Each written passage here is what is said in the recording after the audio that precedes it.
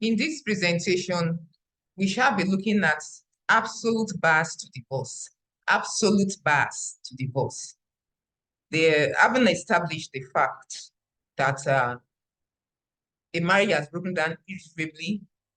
We shall be demonstrating the fact that sometimes the court may bar the divorce from taking place when certain things are established. So in this representation, we shall be looking at the absolute bars.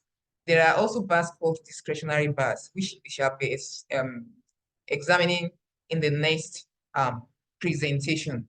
So what do we mean by absolute bars? We are talking about situations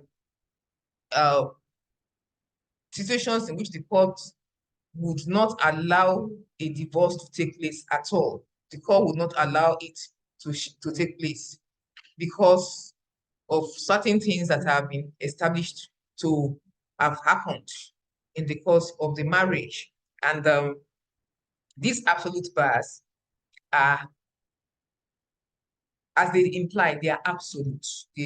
Once they are established, the court will not grant the divorce. The court will not grant it divorce. It's not a question of the court can exercise its discretion. Once some elements, some of these bars are found to have existed in the marriage, the court must prevent the divorce. You may ask yourself, why would the court prevent a marriage from being dissolved when it is clear that the marriage has broken down irretrievably? I haven't established any of the Section 15 components that we have been looking at in previous presentations. That is some of the hills of the divorce process that it's also possible to keep empty shell marriages that have actually ended, or because there is a legal flaw, so to say. So absolute bars are called absolute because once they have been established, the court will not grant the decree of dissolution of the marriage. And under the Matrimonial Causes Act, don't forget that anytime we mention the Matrimonial Causes Act of Nigeria 1970, we are talking about statutory marriages. These include condonation, collusion, and connivance. Section 26 of the MCA 1970 provides that except where Section 61G of this Act applies, a decree of dissolution of marriage shall not be made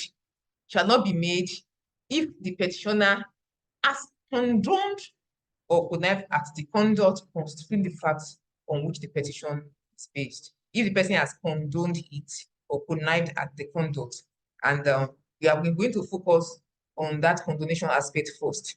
Under Section 61G, that the section exempts, that section relates to the issue of unsoundness of mind, which cannot be condoned,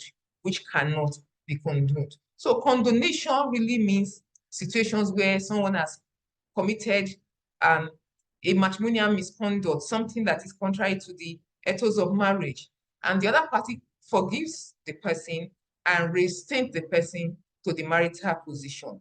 Forgiveness and reinstatement to the marital position, to the status of a spouse. It connotes the fact that the person realizes, knows about, has knowledge of the misconduct, and consciously, with that full knowledge and understanding, forgives and reinstates to the status of spouse.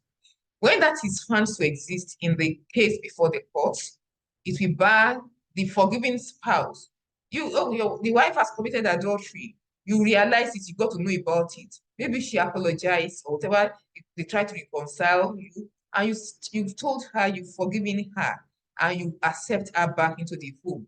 You cannot turn around later and use that as a basis to say you are petitioning for divorce based on the fact that she has committed adultery. So it bars the forgiving spouse from relying on the said acts. Whatever the acts that you have condoned, you cannot bring a case again on those acts. But you can bring a petition on another premise. So the wife that has committed adultery, you may not be able to bring a petition on the basis of the adultery, but you can bring a petition if she deserts the marriage. Condonation is a conditional act. It's in the sense that it can only be a bar to the divorce as long as the offending spouse does not commit the misconduct again. So he has forgiven his wife of adultery. As long as she doesn't commit the act of adultery again, then that forgiveness remains absolute. It stands. It stands until she commits a further act of adultery.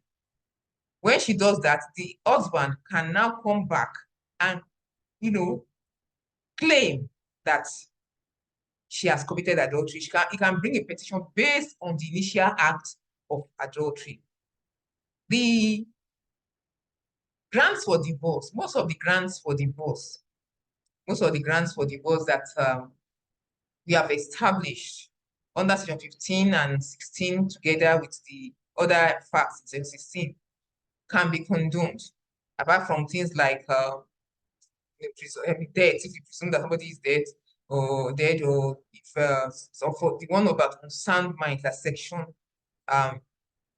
26 explicitly excludes. So adultery, desertion, intolerable behavior, whatever kind of behavior may be condoned. And the critical point to note is that the court will look at the fact that you are basing your petition upon as a petitioner, and would look at to see whether you have actually condoned that fact on previous occasions, and not if you don't base your petition on the fact that you have condoned. For instance, in the example that I've given, the husband had forgiven and restated the wife as she committed adultery. He cannot bring a petition based on that adultery unless she commits adultery again. But he could bring a petition based, for instance, on the fact that the wife had deserted the marriage. So Section 16(1)(g) talks about unsoundness of mind, that one is exempted for this issue of condonation. The condonation requires, therefore, that there must be forgiveness of the spouse upon the knowledge of the matrimonial misconduct or offense, and then there must be restatement of the status of a spouse. If a spouse says, okay, I can see that you committed adultery, I forgive you, but sorry, we cannot move forward. I don't think I want this marriage again. That is not condonation. The person might have forgiven, but he has not reinstated to the status of his spouse. That will not fall within condonation.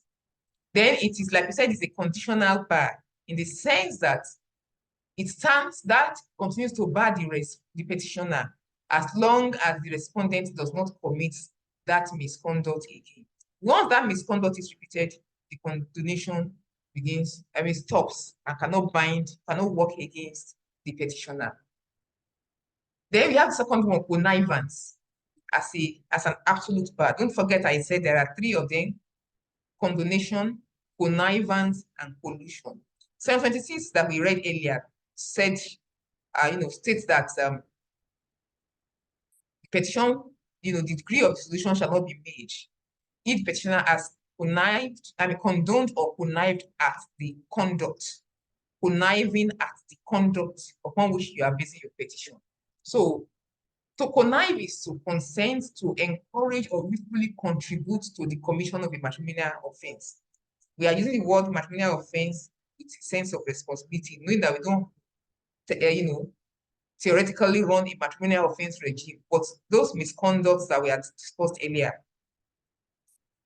desertion, adultery, drunkenness, criminality, all those things. So it's a form of, like, a sort of volenti non fitiura that you have. If you encourage the person to be committing this misconduct, you cannot turn around and base a divorce on it. In this era where a lot of people, for instance, sometimes some people will travel abroad and marry person, and then they will agree with their spouse in Nigeria that, okay, go and marry someone else so that you can get your papers, valid papers, and the spouse at home agrees to that kind of arrangement. You are conniving at the commission of adultery. So you cannot turn around and say, oh, this person has committed. The law will say adultery. You have connived at adultery, at bigamy, at all sorts of misconduct in the marriage, with bad motive. And you intend to, achieve that result. Or your husband is prone to alcoholism. That's one of the facts in section 16. Taking of drugs, alcoholism, and all sorts of things. And then you take the person out. You purchase the alcohol for the person. Or, you encourage the person to commit that misconduct so that you can achieve that result.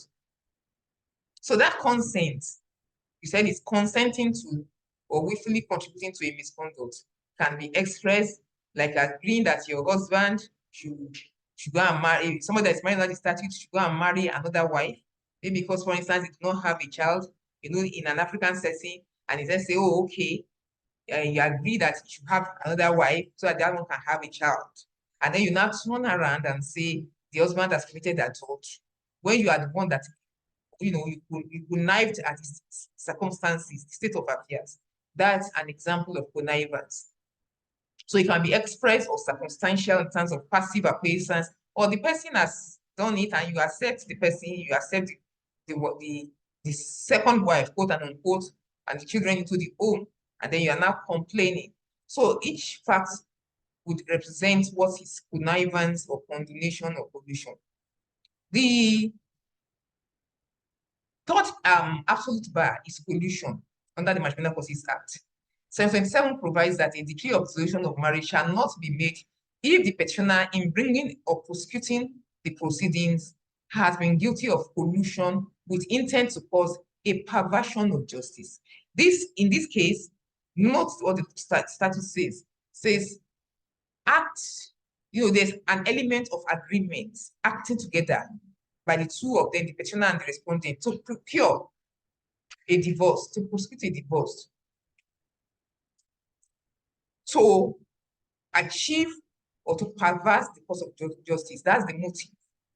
So it is a form of falsehood, a form of, perversion of justice, because you agree together. Maybe because you know that the marriage, you don't really want this marriage. But the way the divorce law is, that's the fallacy of the divorce law. Yes, you don't want the marriage, but unless you can establish something that the law in section 15 has provided for, right, in section 16, you may not be able to get the divorce. Both of you are falling out of love, for instance. And none of you has done anything wrong in the marriage. But you don't just love each other again, and you want to end it. But you cannot say the person has willfully refused to consummate, cannot prove desertion, cannot prove intolerable behavior. You are still civil, everything is still normal, but you just know that you don't love each other. That's not a grand or irretrievable breakdown of marriage, that we don't love each other again.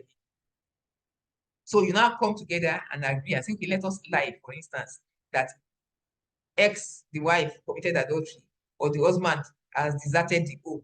There's an indicator that one party has committed a matrimonial offense, but it is actually a falsification. So there's a difference between it and collusion. Between collusion and a legitimate agreement. There is no reason why you cannot make an agreement when the marriage has broken down irretrievably regarding maybe your finances, separation agreement and what have you. That's not what we are talking about. But we are talking about an agreement to pervert the cause of justice. That is a very critical component of collusion. So it involves a perverse or corrupt intent, and pure intent will not fall within this line. So the facts of the case will determine whether there is a collusion or not. The essence of this absolute bars, therefore, is to say that, look, we know that the respondent has actually done some form of misconduct contrary to the ethos of marriage. We know that.